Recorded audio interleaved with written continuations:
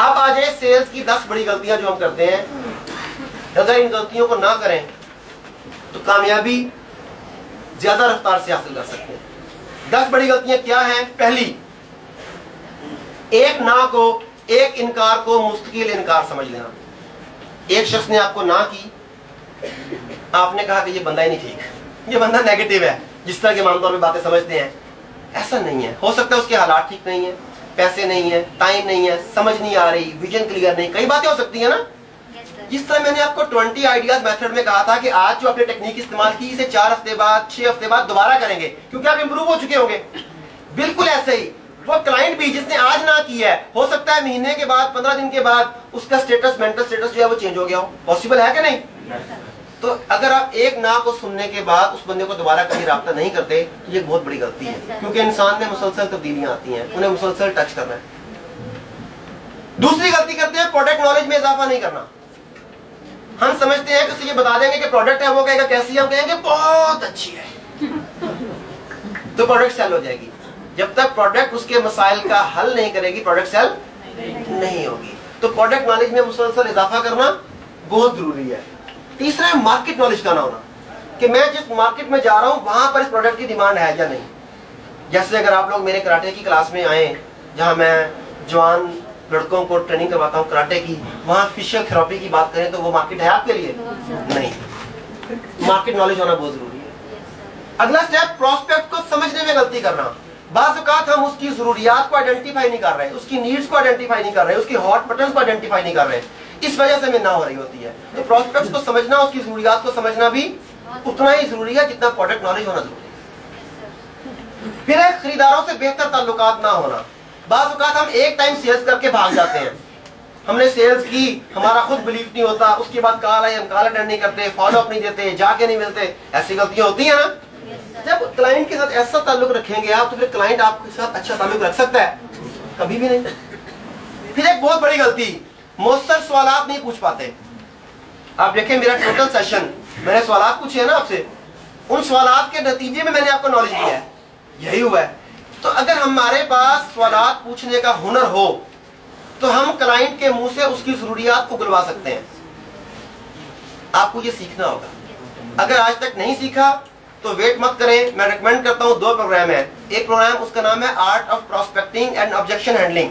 Prospect کو ملنا کیسے ہے، جو اس نے آبجیکشنز کرنے ہیں ان آبجیکشن کو دور کیسے کرنا ہے، اس کی ویڈیو اویلیبل ہے. ویڈیو لیں، دیکھیں اور آج کے بعد ایک نئی زندگی شروع کریں. کمیونیکیشن سکلز دوسرا پروگرام، گفتگو کے ذریعے لوگوں کو سمجھنا، ان کے اندر کی باتوں کو نکلوانا اور اپنی مرضی کا کام لینا. کمیونیکیشن سکلز دوسرا پروگرام ہے. کمیونیکیشن سکلز اس کی ڈیویڈی لیں اگر آج تک نہیں لی تو، تاکہ وہ پروگرام اٹینڈ کرے، اس سے سیکھے اور کل جب میدان میں نکلے تو کوئی آدمی آپ کو نہ کہے. یہ ہونا چاہیے. ٹھیک ہے. اگلی غلطی، پیشہ ورانہ تربیت اور پلاننگ کا نہ ہونا. ٹریننگ نہیں لی، کامیابی نہیں لی. یہاں پر ایک صاحب مجھے ملے بریک میں، انہوں نے بتایا کہ میں 2007 سے اس کمپنی سے وابستہ ہوں. کون ہے صاحب؟ وہ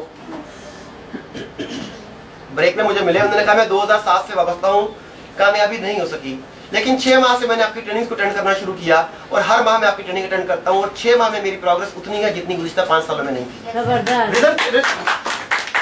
ریزن کیا ہے؟ میری ٹریننگ ریزن نہیں ہے. ریزن ہے پیشہ ورانہ تربیت. میں کراؤں یا کوئی اور کروائے، ٹریننگ تو ٹریننگ ہے نا. جب آپ پیشہ ورانہ ٹریننگ لیں گے، پیشہ ورانہ تربیت کے بعد اگلا سٹیپ ہے فروخت کے بعد، کلائنٹ کو جوائن کروانے کے بعد یا پروڈکٹ دینے کے بعد ہم لوگ بعض اوقات آفٹر سیل سروس نہیں دیتے یا کسٹمر کیئر نہیں کرتے. اب آفٹر سیل سروسز پرووائڈ کرنا، انہیں فالو اپ دینا، انہیں موٹیویٹ کرنا، انہیں بیک اپ کرنا، یہ کس کی ذمہ داری ہے؟ ہماری.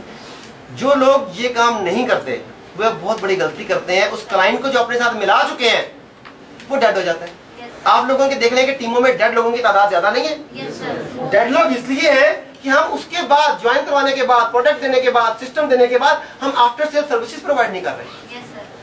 تو آفٹر سیل سروسز بھی اتنی ہی امپورٹنٹ ہے جتنا پلاننگ امپورٹنٹ ہے. اگلا سٹیپ، اپنی سیلز ٹیم کے ساتھ بہتر رویہ نہ ہونا. آپ میں سے ہر شخص کے ساتھ سیلز ٹیم ہے، کسی کے ساتھ 2 لوگوں کی، کسی کے ساتھ 200 لوگوں کی، کسی کی 2000 کی، کسی کی 20,000 کی. یوں ہی ہے نا. اچھا، جو لوگ سمجھتے ہیں کہ کیونکہ اب میں اس رینک پر آ گیا، یہاں تک پہنچ گیا، اب یہ لوگ کام کر رہے ہیں، مجھے جاؤں نہ جاؤں، ملوں نہ ملوں، مجھے کیا فرق پڑتا ہے. کچھ لوگوں کی گردن میں سریا بھی آ جاتا ہے نا، جس میں